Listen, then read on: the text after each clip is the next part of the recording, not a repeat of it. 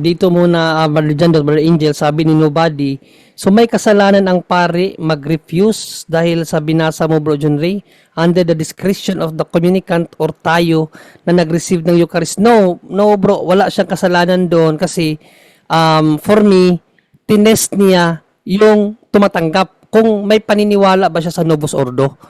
Kaya nga 'di ba sabi doon sa binasa natin kaganina, kinakailangan na yung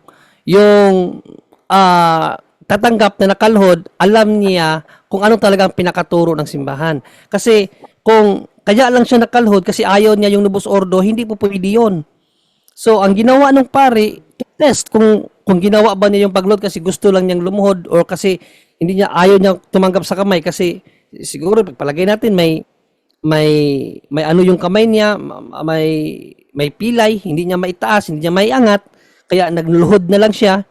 So, pag nalaman ng pare na dahil lang naman sa reason na masakit ng kanyang kamay, so walang kasalanan ng pare, doon pwede niya bigyan. Pero kapag tinis siya ng pare, tapos nakita ng pare na talagang hindi siya dapat bigyan kasi wala siyang paniniwala sa Novus Ordo, hindi magkakasala ang pare doon. Kapatid ng Nobody. No? So, kinakailangan kasi ma-test natin ang pananampalataya ng tao. Even Christ, ginawa niya yan sa yung anak ng Kananita, Canaanite, 'di ba? Ano ang sabi ng babae? Panginoon, pagalingin niyo po ang anak ko. Anong sinabi ni Panginoong Jesucristo? Okay, kasi Diyos naman ako at para ako sa lahat, papagalingin natin agad yan. No, God test the faith of that woman. Anong sinabi ni God? Sa Jerusalem, may nagsasalita ba dyan do? Medyo kanina pa yan nakadistract.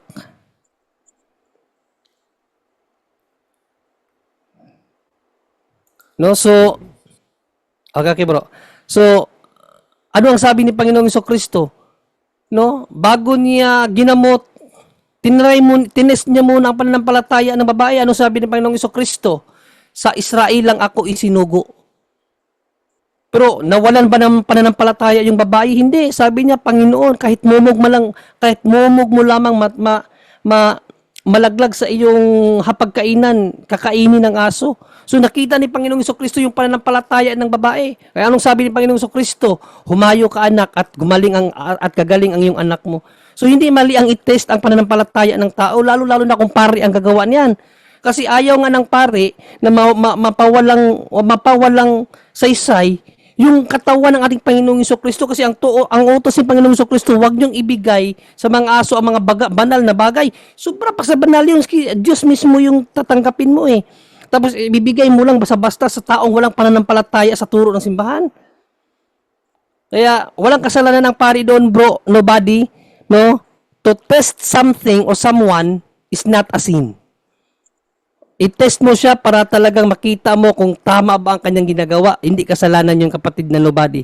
At dito naman si Bro Junri, Nagadis, linawin natin yes, yun, Brother no? Wendell, Angel. Lilinawin po natin yon. Hindi siya ni-refuse, binigyan siya ng option. Kaya nga, Kasi siya ang may ayaw yung communicant. So, isipin mo, Nobody, logically, pansinin yung tanong yon, hindi na po ako nag-receive kasi gusto niya ibigay sa akin. Hindi niya ni-receive. So, siya nag-refuse yung communicant In other words, binigyan siya ng option. Ang isang possible doon, hindi mo lang nila ina-allowed yon because of any reason. Hindi siya nag-refuse, just to refuse, huwag ka nang mag-receive kasi gusto mo lang sa tang. No. The priest will always give an option. Kaya nga, may mga simbahan na bawal sa ganun dahil may reason. Dito nga, dahil sa COVID-19 hanggang ngayon. Although, hindi nila nire-refuse, gustong nakanganga pero binibigay pa rin sa kamay. So, hindi refusal yon. Ang refusal, yun talagang, gusto mo ng gusto mo ang nag-refuse yung communicant. Yung parishioner correct. yun. Mm-mm. Hindi naman siya nag-refuse. Ang nag-refuse, umalis ka. Yun. Gusto mo ba ng tang lang? Ayaw mo sa kamay? Lumayas ka? No. He gave an option because the church has its own policy minsan. Nagkakaroon yan ng just like sabi ko nga dito, no, dahil hanggang ngayon may mga bakterya pang puro matatanda sa amin sa nagsisimba. So hindi nila ina-allowed muna yung sa tongue dahil nga pwede mahawa yung father dun from the tongue. So binibigay talaga nila yon. May option nobody no. Hindi niya ni-refuse just because to refuse, but he gave her, actually babae yun, no? Ano option? O ito sa ano lang. Ay umalis yung communicant. Sino ngayon ang nawalan? Sino ngayon nag-refuse? Yung communicant. Yung parishioner ang nag-refuse. Ano na-refuse niya? Turo ng simbahan. Yun ang point ni Correct. Bro Junior kanina. Ang ni-refuse kasi, para mas malinaw, ang nag-refuse yung parishioner. Hindi yung Nobody. pare. Hindi yung pare, kasi binigyan siya ng option, nung sabi niya, nung bibigyan na ako sa Hans, sumalis ako. Okay, nakita nyo ang difference? So, nag-refuse ang parishioner. Binigyan lang siya ng option nga kasi you can receive either tongue or hands. So, sana malinaw po sa atin yun, no? Hindi nagre-refuse yung binibigyan ka lang ng binibigyan ka lang ng choice. Alam nyo, mai-share ko lang, yun ang inaano ni Dr. Taylor Marshall, yung traditionalist video. May Grabe binigay yun. siya. Deadly yun, May Brother Angel. Yes, traditionalist yun. So ayaw niya sa Vatican II, mas tama pa siya sa mga Santo Papa. So ang sinasabi niya, nakita ko yun yung video. Pinakita niya sa Vatican, nagsisimba, may foreigner, susubo ng hostya. Hindi nila kasi, tingnan natin ang sitwasyon, no? Lalo na COVID noon. So, ang video talaga kitang-kita nung kasi binidyohan. Ang nangyari itong lay minister, lumapit yung ang daming tao no sa Vatican. Nung bibigyan na siya, nung gusto niya isubo sa ibibigay yung kamay, abay nagnganga yung foreigner. Ayaw rin niya, siguro traditionalist yun. Ang ginawa nung lay minister, ibibigay niya pa rin sa hands. Alam mo, umilings yung parishioner, hinalikan yung kamay nung lay minister na lang, umalis siya. Tanong, sino ngayon nag-refuse? Yung parishioner. Kasi binibigay naman niya si Jesus sa kamay nga lang because of some reason. And general instructions of the Roman Missals, malinaw yon. It's either receive it in hand, and in tongue, or in hand. Binibigay sa hand mo, ikaw nag-refuse. Ikaw ang may problema nun. Ang Correct. Tama. parishioner. Tama, bro? So, yung Yun. parishioner, ang parishioner may problema doon because he gave you a chance, another option. Because that's the rule of the church. Hands or tongue. Bakit? Because yun nga hygiene At saka yung mga virus nga na may mga pangyayaring ganun. Pero hindi nagre-refuse ang simbahan. Binibigyan lang tayo ng option para matanggap natin si Jesus sa anumang paraan, kapatid, no? Sana malinaw sa atin lahat yon, Bro John Ray. Yes, at si Gadis 461 naman, sabi niya may tinalakay kayo dati na nagsabi ang isang demonyo sa isang exorcist na pakana nila ang pag-alaw ng simbahan na tanggapin si Jesus sa hand. Kung natalakay yan, Sister The Gadis 461, may reason yan. No, pero hindi ako naniniwala na ang Satanas pa ngayon ang nagpahintulot sa sinasabi ng simbahan. Parang baliktad yata, no? Kasi sa Bible, ang Diyos ang nagsabi, ano man ang ipahintulot ninyo, hindi ang demonyo, Sister The Goddess 461. No, wala pong kapangyarihan ang demonyo sa ilalim ng simbahan. No, Sister? Wala pong kapangyarihan. Sinabi ni Panginoong Jesucristo kay Pedro, idinadalangin kita sa Diyos, Pedro. At kapag ikaw ay nagkabalik na, basahin na lang natin sa Lucas 32. Kasi parang sa tanong kasi ni Sister Dagares 461, parang ang demonyo na ang nag-alaw sa simbahan no? Kinast out na ni Panginoong Jesucristo yung Satanas, Sister, na hindi makapag sa simbahan. Basahin natin in Luke. Ayun lang. Ano yung talata na yon? Lucas ba yon? Matthew or wait lang Luke. Kalimutan ko na yung talata ba? Saan talata ngayon ba dyan do? Yung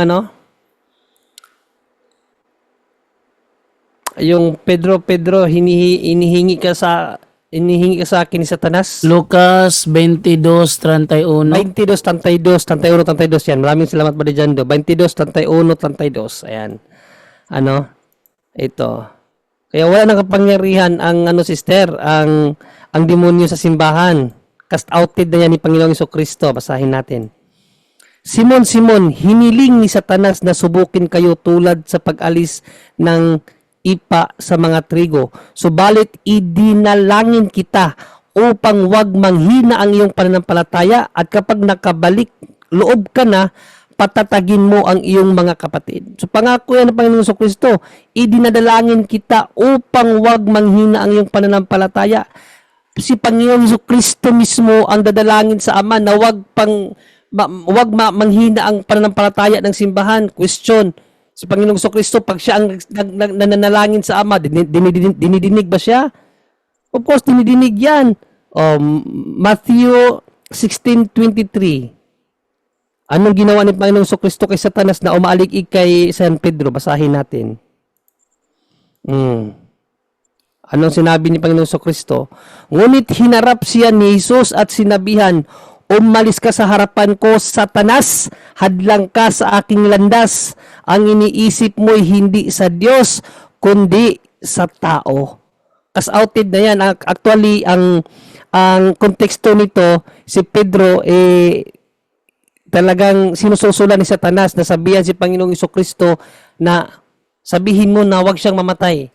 O kaya kinas out na si Satanas ng ating Panginoong Jesucristo para hindi na magulo ang kanyang simbahan, lalong-lalo na sa Santo Papa. Sister Maria, sino si Sister Dagatis 461, no? Hindi po demonyo ang nag-allow. No, ang Diyos mismo ang nag-allow sa simbahan. Basahin natin. Ano man ang ipahintulot ninyo. No, so sa pinaka-leader mismo, Matthew 16, ibaba natin sa 18-19. Kasi hindi naman magiging dogma ng simbahan yan kung hindi iaalaw ng Santo Papa. No? So ito, sa Santo Papa mismo.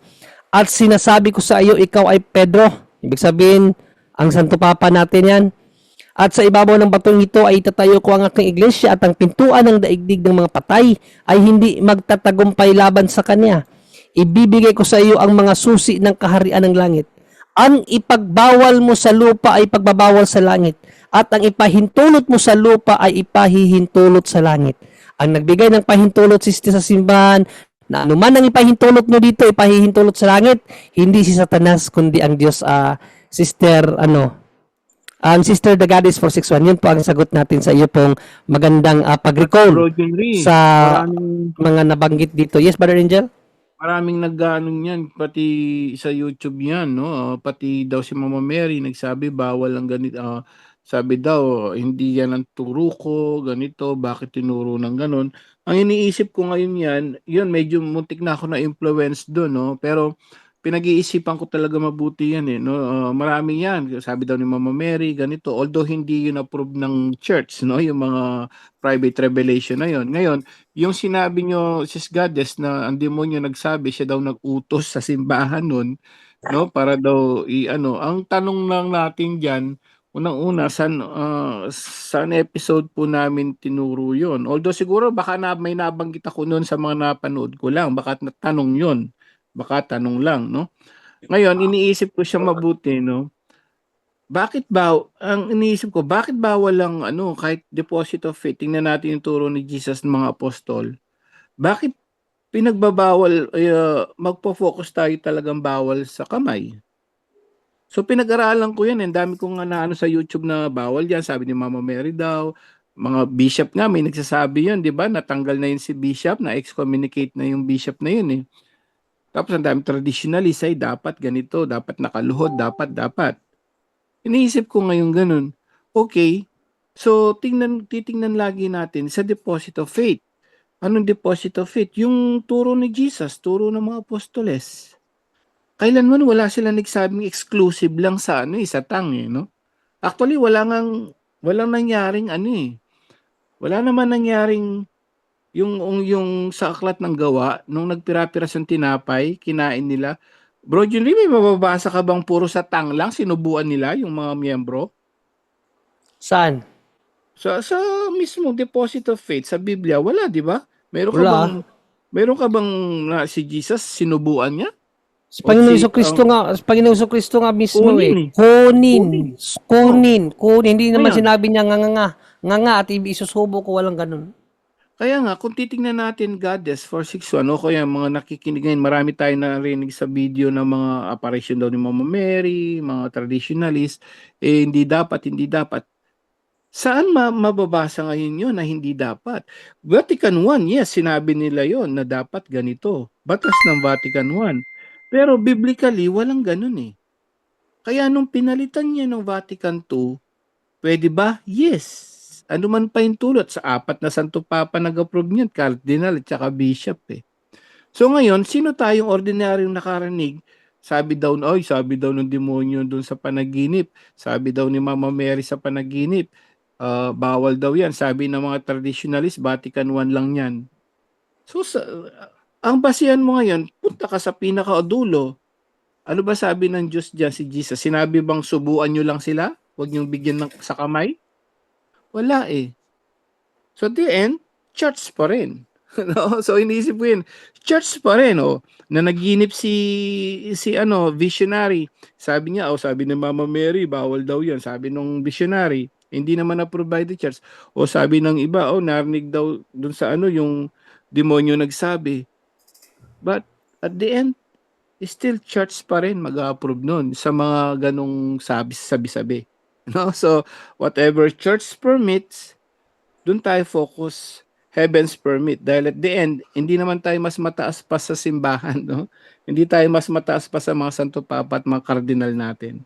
Pag in-approve nila, dapat sumunod lang tayo.